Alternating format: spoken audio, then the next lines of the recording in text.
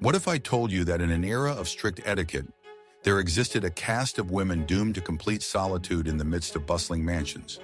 These women had committed no crimes, but their social status was a life sentence that deprived them of their right to family, friends, and even their own voice.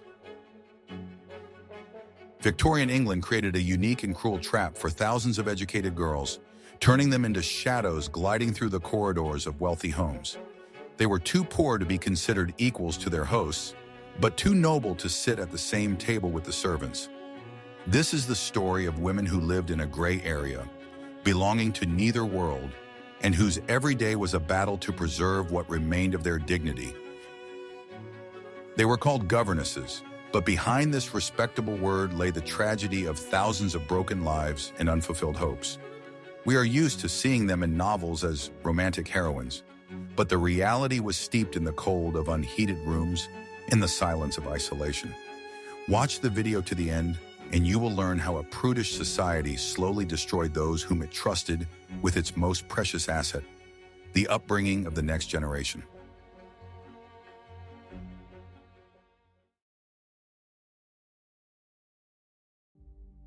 Are you ready to learn the truth about how this path to social oblivion began, which beautiful costume dramas keep silent about?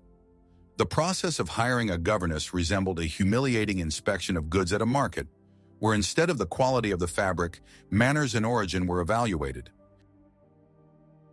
A young woman, often yesterday's debutante from a ruined family, had to stand before the mistress of the house and prove her suitability. She was asked tactless questions about her family, religion, and personal habits, as if she were a thoroughbred horse being purchased. The mistresses sought the perfect combination. The girl had to be a true lady in her upbringing, but possessed the humility of a slave. Any hint of independence or pride could instantly close the doors of a decent home to her. The competition was fierce, as hundreds of desperate women, willing to work for food and shelter, could apply for one position. Newspaper advertisements were full of requirements that seemed impossible for one person to fulfill. A governess was required to know French, German, piano, drawing, and geography.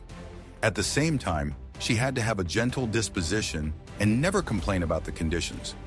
It was a buyer's market where employers could dictate any conditions, even the most absurd ones. The girls understood that every interview was their chance to avoid ending up on the street. Just arriving at the new house was the first lesson in her new position. No one offered her a hand when she arrived, and the butler looked at her modest luggage with barely concealed contempt. Her room was often on the top floor next to the servants' quarters, but it was smaller and colder. It was the physical embodiment of her status. She was above the servants, but infinitely far from the family. The first hours in the new house were filled with an oppressive feeling of loneliness. She unpacked her few dresses, realizing that this tiny room was now her whole world. She should have been grateful for being hired, even though the job robbed her of her identity. A governess had no right to personal time. Her life was completely subject to the household schedule. She became a function, a living textbook of etiquette and science, deprived of the right to her own desires. Even her name was often forgotten, as she was addressed simply as Miss, erasing any remnants of her individuality. It was the beginning of a long journey full of silent patience and hidden tears. I'm very interested to hear your point of view. What do you think about such a hiring system where education did not guarantee respect? Write about it in the comments.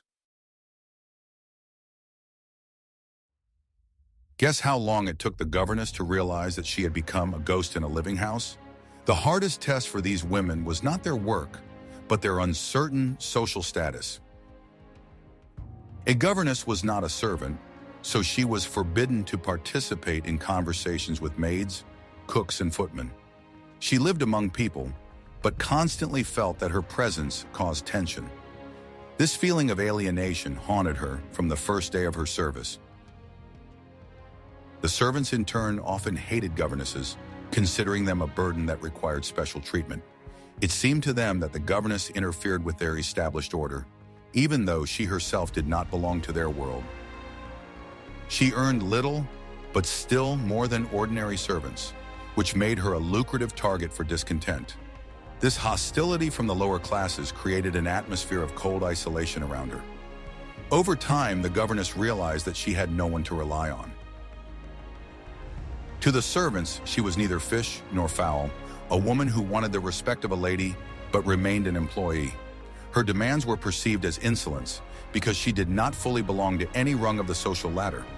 She felt that her every word provoked hidden ridicule or irritation from the servants. Gradually, she got used to speaking as little as possible and moving almost silently. In this way, she became a shadow that no one wanted to notice. On the other hand, she was never an equal to the owners of the house and their guests. She might be politely asked to play the piano if music was required, but no one talked to her as an equal. She could be in the living room, but her presence almost always went unnoticed. She was part of the interior, like a musical instrument that was only taken out when needed, and in those moments, loneliness became almost physical. If guests entered the room, the governess had to leave or become invisible in the corner. Any attempt to express herself could result in reproach or ridicule. Even the most attentive gentleman would not pay attention to her, as it could ruin his reputation.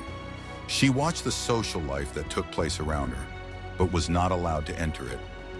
This created a painful feeling, as if she were living on the other side of a transparent but insurmountable wall. Sometimes she overheard conversations that clearly showed her place in the world. She was discussed as one might discuss furniture or a tutor, valued for their usefulness, but not considered as individuals. She heard boasts, gossip, and plans for the future that never touched on her own destiny.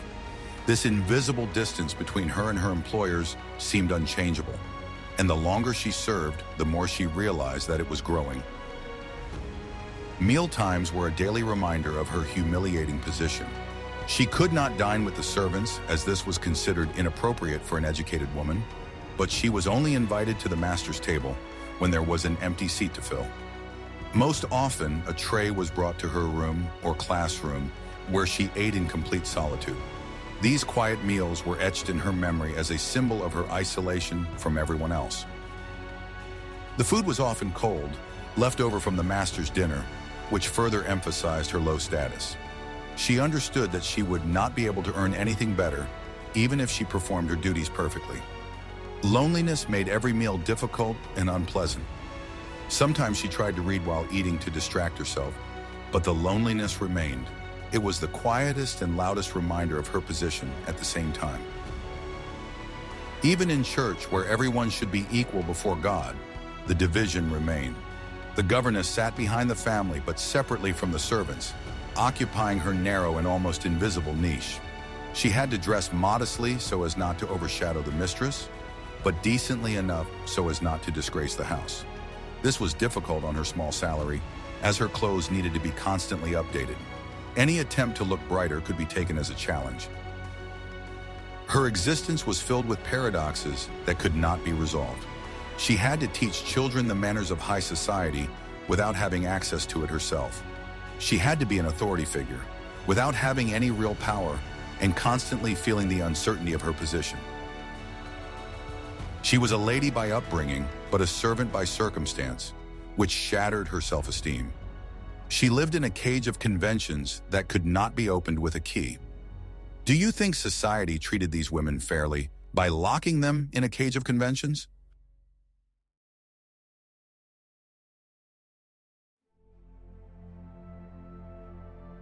Want to know the secret that made noble young ladies willingly go into this slavery?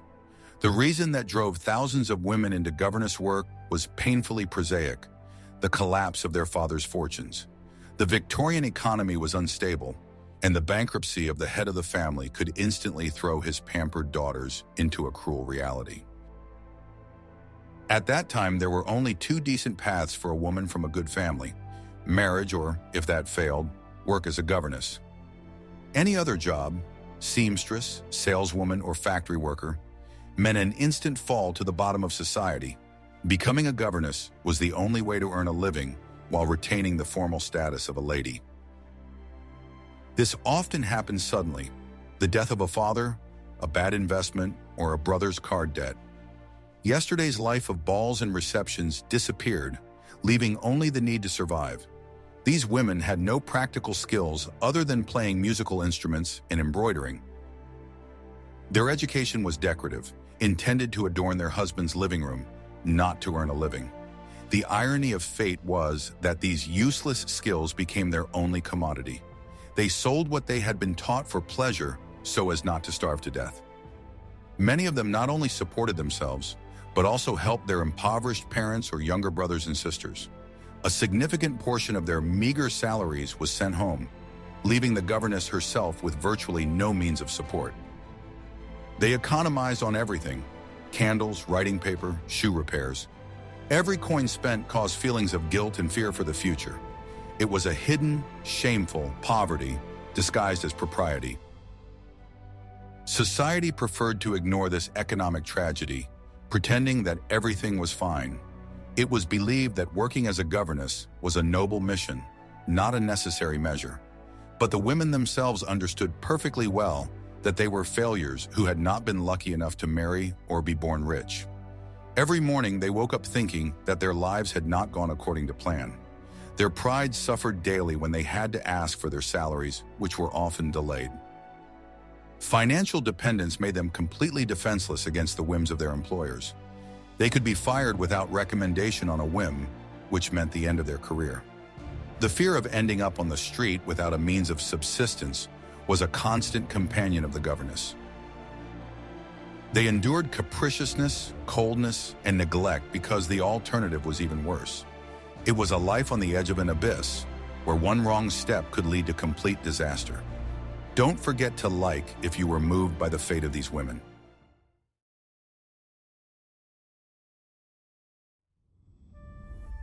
What if I showed you a place where time stands still and turns into a viscous silence? The governess's life took place within the four walls of the classroom, which became her world, her prison, and her refuge. Day after day, she was forced to stay in the same space, deprived of a change of scenery and new experiences that could have maintained her mental balance. The windows of her room often faced the backyard or a blank wall, so even a quick glance outside brought no relief. This constant confinement gradually turned into a state of perpetual waiting, as if life itself had frozen in place. The inability to break out of this cycle gradually undermined her psyche and pushed her into severe depression. This way of life was typical for many governesses in the 19th century who lived in the homes of the English and French nobility. They found themselves in a special social niche where they were neither servants nor full members of the family, which made their position particularly uncomfortable. They were constantly surrounded by people, but they had no right to be part of their lives, remaining in the shadows and keeping a strict distance. Every extra word could seem familiar, and every step became a reason for comment. This created an atmosphere of constant tension that was difficult to endure for years. The only people she communicated with on a daily basis were her charges, but that did not mean she had meaningful conversations with them. She could not share her fears, experiences, or dreams with them because she was obliged to maintain the image of a strict mentor. The children were able to become attached to her and treat her with sincerity, but for her, such contact remained one-sided. She suppressed her emotions because any show of weakness could undermine her authority. The emotional hunger became so strong that some began to talk to themselves in order to compensate for the lack of support in some way. Over time, the lack of adult communication also affected their thinking. Responding to children's questions and immersing themselves in their games and lessons, the governesses began to limit their thoughts to topics that interested the children. This did not happen abruptly, but gradually, as if their mature view of the world was simplified and narrowed.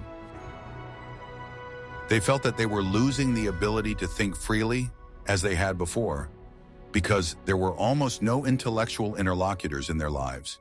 Even if there was a good library in the house, they often simply did not have the strength or concentration to read. This is how a strange mixture of loneliness and mental exhaustion was formed. Evenings were the most frightening time of day for a lonely governess. When lessons were over and the children were taken to bed, a deafening silence descended, in which she could hear the furniture creaking and the candle crackling. She sat in her room and tried to read or mend clothes, but her thoughts invariably returned to the emptiness around her. The sounds of music and laughter coming from the living room, where the hosts were entertaining, only intensified her sense of alienation. She was only a few steps away from those who were enjoying life, but she had no right to enter there. This proximity to the happiness of others made her own situation even more painful. Sometimes she was allowed to go out for short walks, but even those did not bring her the freedom she longed for. People who met her on the street immediately understood from her clothes and behavior that she was a governess and treated her with cautious politeness. Her steps were bound by the rules of propriety, and she had to keep her eyes downcast at all times so as not to arouse suspicion or sidelong glances. She was like a guest who could never feel at home, even among those who did not know her. This created another set of invisible restrictions that prevented her from feeling like a person among people. Every attempt to breathe deeply ended with the same feeling of inner captivity. Many women suffered from chronic melancholy, which at the time was called Governess disease. Doctors of that century noted that many representatives of this profession ended up in psychiatric hospitals, and most often the cause was not a specific event, but years of suppression of feelings. The inability to express anger or resentment destroyed the nervous system. Because every emotion had to be hidden behind a mask of politeness, they lived in a state of constant stress, controlling every word and gesture, afraid of making a mistake. This pressure worked imperceptibly, like corrosion, slowly eating away at their personalities. It was true emotional exhaustion. Sometimes, looking in the mirror, they did not recognize themselves in the reflection, seeing only a gray shadow instead of the girl they once were. Their youth was fading, their beauty withering without the love, care, and admiration they almost never received. They became old maids not because of their age, but because of their state of mind, as if the years of loneliness had aged them faster than the present time. Dreams of a home and family gradually faded because each year spent in someone else's house reduced their chances of personal happiness. They understood that their lives were passing alongside the fates of strangers, but were not becoming their own. How did they cope with the harsh realities of life in such conditions?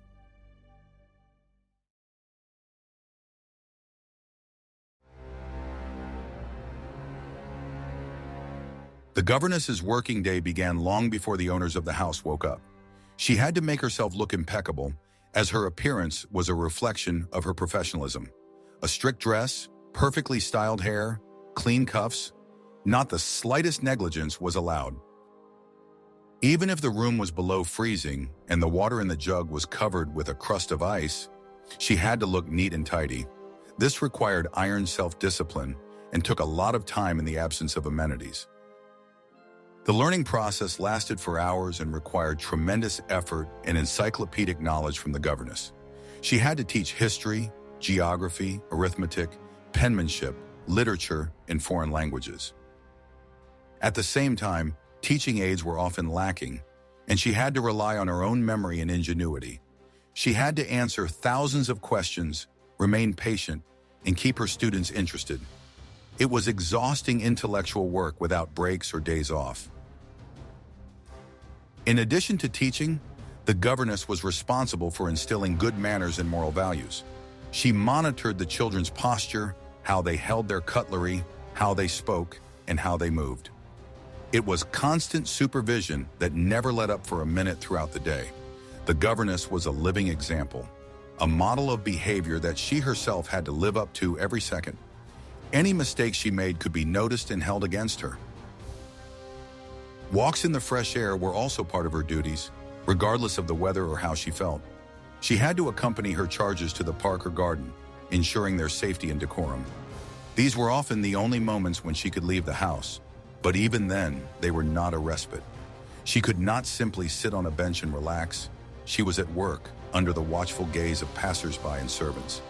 Her life was subject to someone else's rhythm, with no room for spontaneity. In the evening, when the lessons were over, her duties often continued in a different format.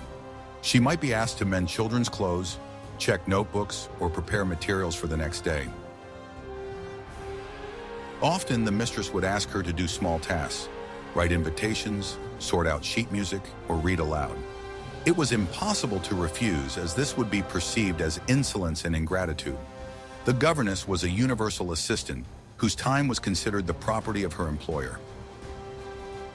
Every day was like the one before, merging into an endless series of lessons, walks, and lonely evenings. There was no place for holidays in this routine. She even spent Christmas organizing celebrations for others. She was a spectator of other people's happiness, an organizer of other people's fun, while remaining an outside observer. The years passed and life went by, leaving only fatigue and stacks of written notebooks.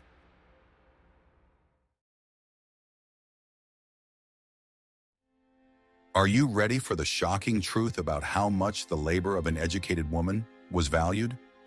The financial situation of a governess was one of the most egregious examples of economic injustice in the Victorian era. Despite her noble origins and education, she was paid a pittance, often less than the cook or housekeeper in the same house, even though her work required not only knowledge but also constant emotional endurance.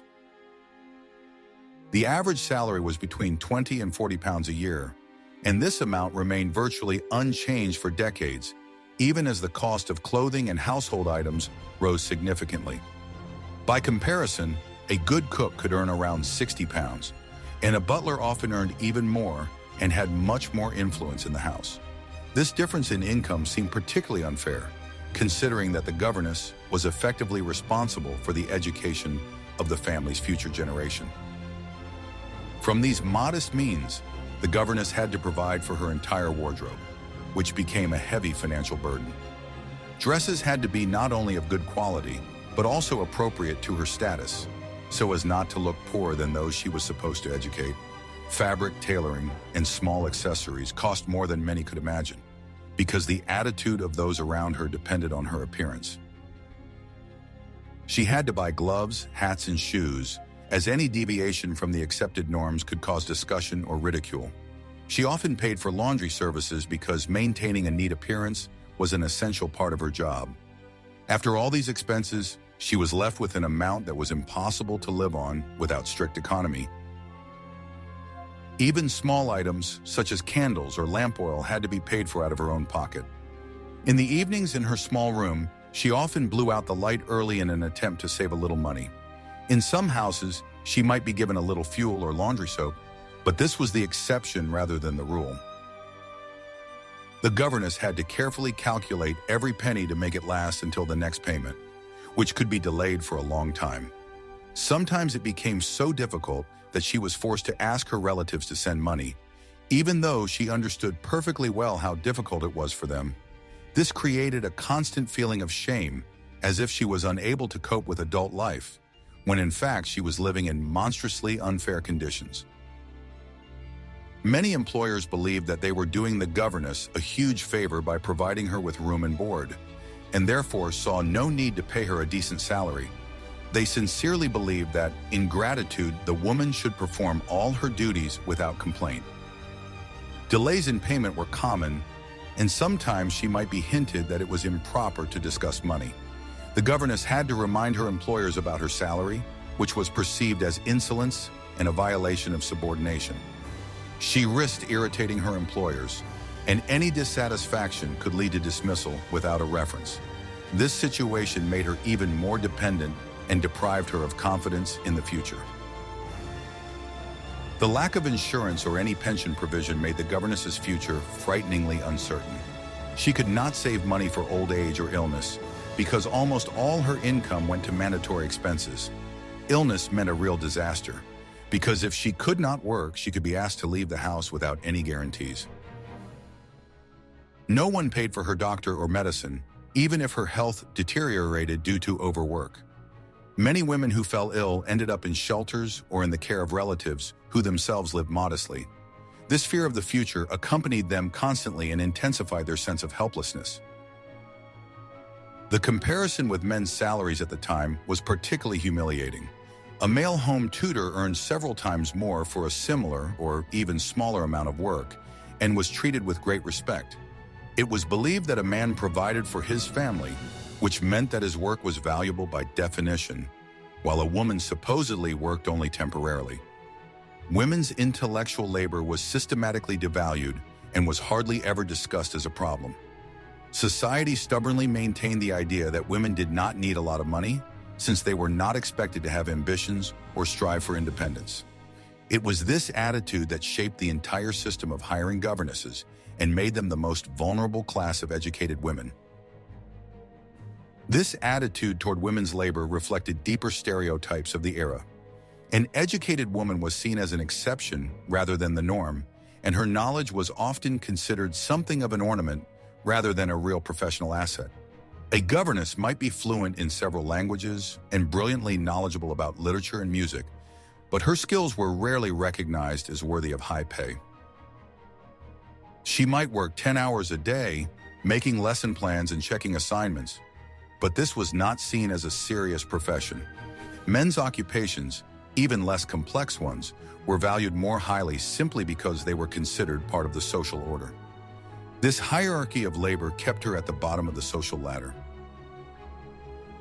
The governess's poverty was noble in name only, but that did not make it any less painful. She could not afford even small pleasures such as a new book or a cup of hot chocolate at a pastry shop, even though such things were available to all members of the family she served. She lived in a world of luxury and saw expensive fabrics, jewelry, and carefree entertainment every day, but she counted every penny herself. Even a trip to the city was an event for her that required strict economy and careful calculation.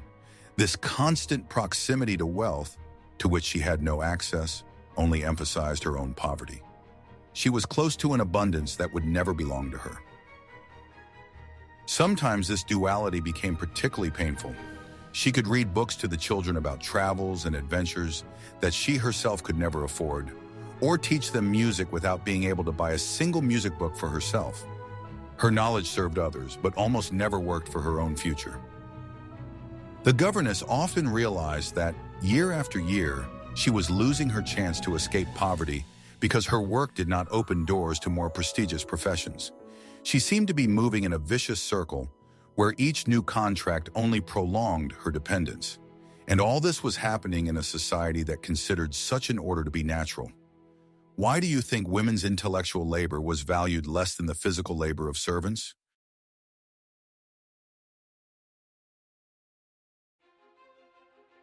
The personal life of a governess was a taboo subject in polite society.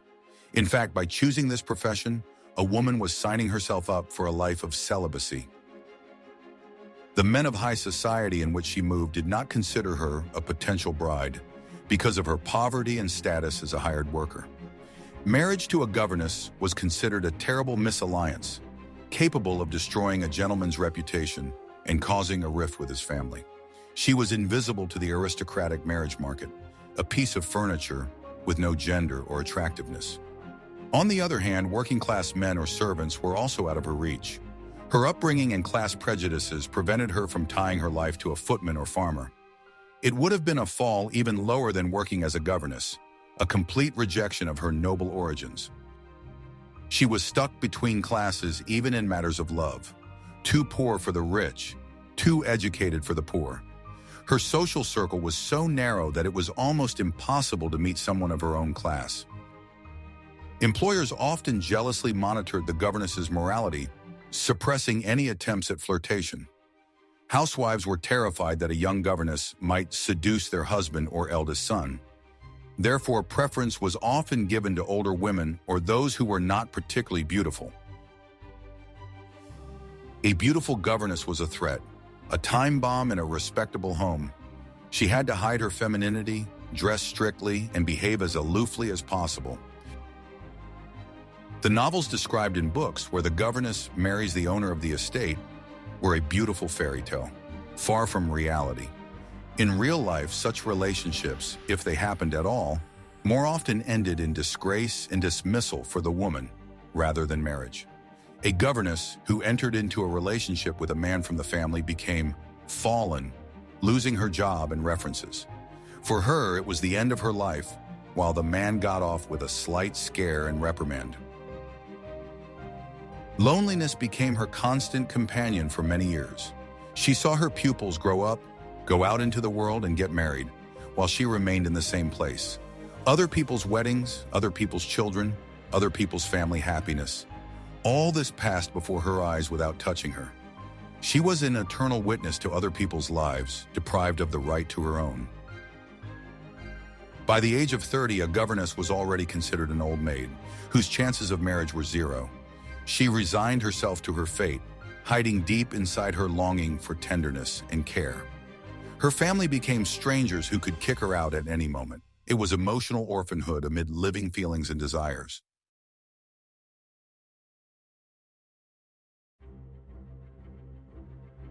The greatest fear of any governess was old age and the loss of her ability to work. A governess's career was short-lived because the job required constant mental clarity, good eyesight, and patience, which inevitably diminished with age. As soon as her attentiveness declined or fatigue began to affect her behavior, employers preferred to replace her with a younger woman. After 40 or 50 years of age, the chances of finding a new job declined rapidly, and everyone who served in such a position knew this. Employers wanted to see a person in their home who was capable of tirelessly caring for children, not a woman whose strength was coming to an end. The job market was cruel and unforgiving to age, recognizing neither accumulated experience nor dedication to the job. Each year brought the governess closer to the moment she feared most. Unlike male teachers, who could work almost until their death, women were seen as a temporary resource that lost its value over time. Even if she possessed brilliant knowledge, it rarely saved her from dismissal, because appearance and energy were considered almost the most important qualities. She was also pressured by public opinion, which claimed that women over 40 were no longer capable of active work.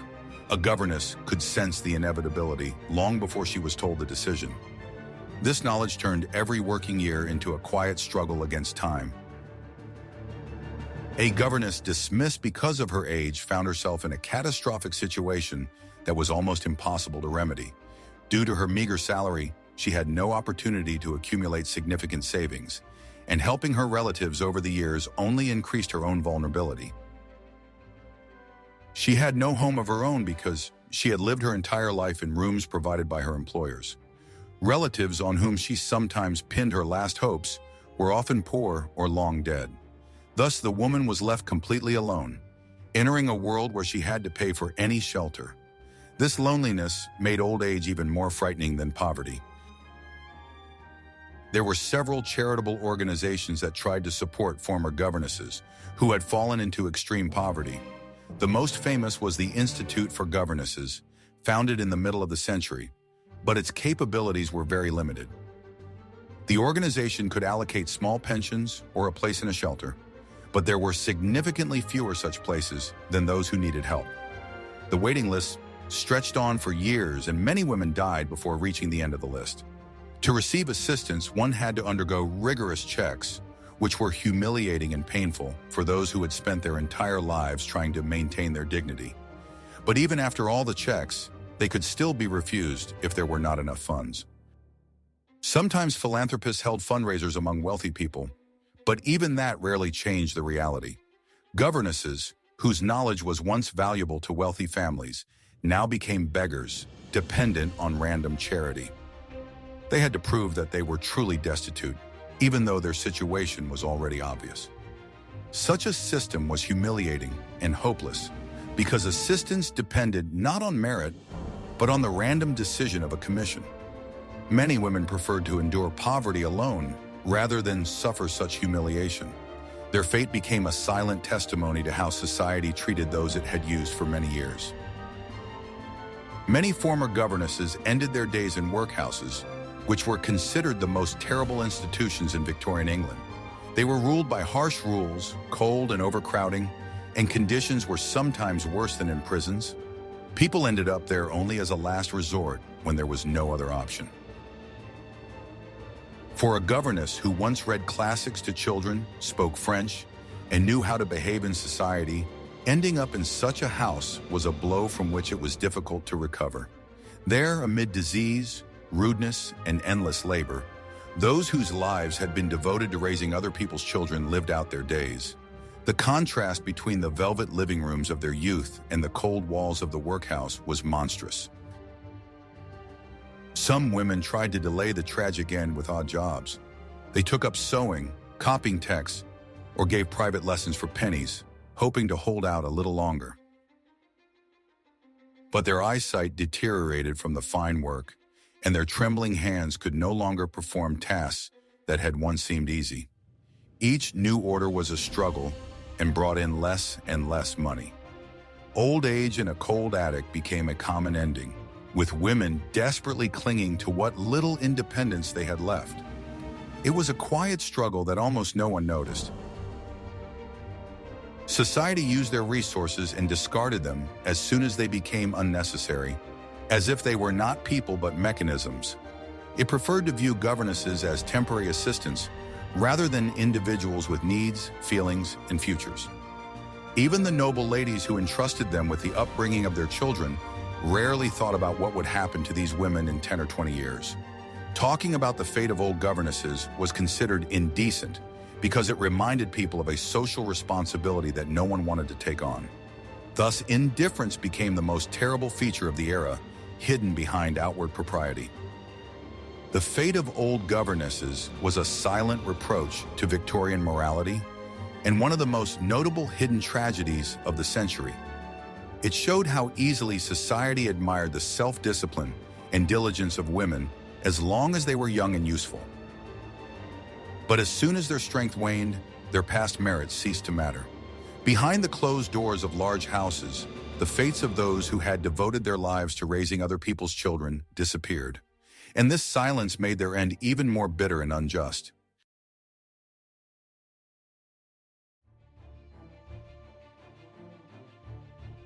Victorian society was obsessed with reputation, and for a governess, it was the only asset that could not be measured but determined her entire fate. One careless word or even an accidental misunderstanding could turn a respected tutor into a woman whom no one would trust with their children anymore. For her, reputation was fragile glass that shattered at the slightest impact, and it was impossible to restore its integrity. If a governess was dismissed without a letter of recommendation, it meant a virtual death sentence. Without recommendations, the doors of respectable homes remained closed to her, as if an iron curtain had fallen before her.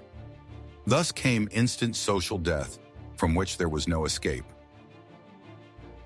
This fear made governesses incredibly vulnerable. They understood that any mistake, even an imaginary one, could destroy years of work and deprive them of their only source of income. They had to constantly evaluate their every action, trying not only to be flawless, but also to appear so. In a world where their position was inherently precarious, they clung to the opinions of those around them as their only lifeline. Their lives became a game where the stakes were too high. They lived under constant scrutiny and knew that they were valued not for their skills but for their lack of scandals. The fear of losing their reputation forced governesses to endure any humiliation and injustice that they might simply not have accepted in other circumstances. They remained silent when their employers humiliated them in front of their children to emphasize their authority. They remained silent when their wages were delayed because a complaint could be interpreted as insubordination. Even when one of the men in the house made indecent advances, they were forced to pretend that nothing had happened.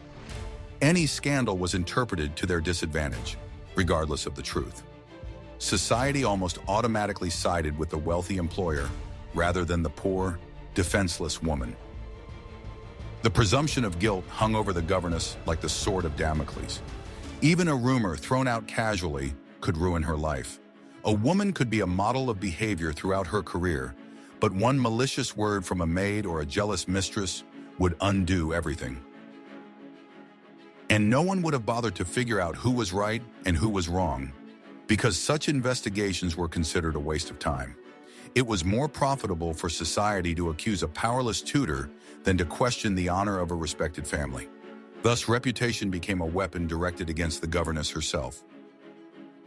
Women who lost their jobs and were unable to find new ones were faced with a terrible choice that made their hearts freeze. Hunger literally pushed some of them onto the streets, where the only way to survive was the most humiliating one. Victorian history knows many cases when former governesses, driven to despair, became women of easy virtue. For them, it was the destruction of all the principles on which their upbringing, dignity, and dreams were based. Their fall was perceived by society as their own fault, even though it was society itself that had pushed them into the abyss. Such an ending was worse than death because it brought shame in the eyes of the living. This fear of falling became a powerful lever of pressure in the hands of employers. They understood perfectly well that governesses had nowhere else to go, and they took advantage of this without the slightest twinge of conscience. Blackmailing with recommendations was part of the unspoken rules. Silence and obedience in exchange for a chance to keep your job. The phrase, "be obedient or you will never find another job," sounded worse than a threat to them. This turned free employment into a kind of serfdom based on fear and dependence on the will of others. The governess was bound not by a contract, but by the fear of losing everything. Even those who avoided complete ruin lived in a state of constant anxiety, which became part of their character. They saw examples of their friends and acquaintances who had disappeared into the slums of London or were scraping by with odd jobs. Such stories were whispered among women, serving as a warning and a reminder of the fragility of their situation. This anxiety made them wary and sometimes overly cautious because any trust could turn into disaster.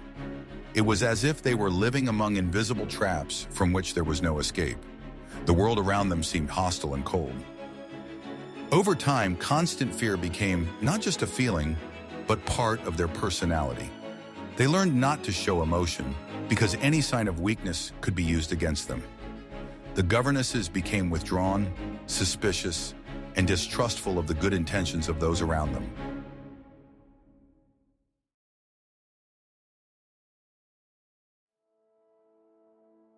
Despite their powerless position, governesses had a huge impact on culture and history.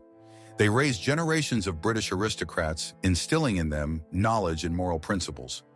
Many prominent figures of the time remembered their governesses fondly, acknowledging their role in their development.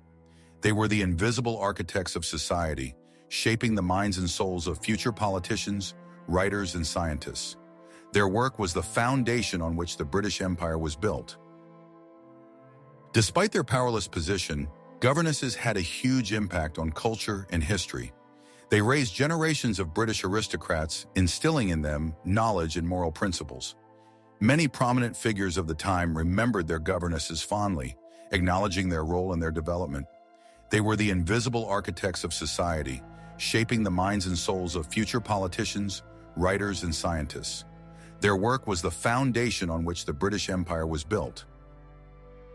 However, reality rarely matched the literary happy ending. Most governesses did not find their Mr. Rochester and did not receive an inheritance.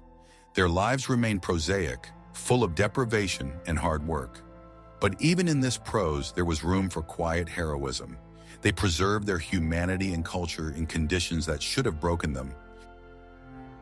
By the end of the 19th century, the situation began to change slowly. The emergence of women's colleges and new professions gave women an alternative. The profession of governess began to fade into the past, giving way to professional teachers in schools. But the shadow of the woman in gray remained forever in the pages of history as a symbol of the Victorian era with all its contradictions. The history of Victorian governesses is a mirror that reflects all the vices and virtues of that time. It is a story of social inequality, of women's disenfranchisement, but also of incredible strength of spirit. These women lived between two worlds, belonging to neither, but managed to preserve their dignity. They were strangers in their own homes and lonely in the crowd, but their contribution to history cannot be overestimated. Today, when we talk about women's rights and the value of labor, we must remember those who walked this path in complete silence and obscurity. What part of the life of a Victorian governess did you find most unbearable? Was it social isolation, the prohibition of a personal life, or the fear of poverty and old age? Suggest topics for future videos that you would like to see on our channel in the comments, and don't forget to subscribe so you don't miss out on new historical insights.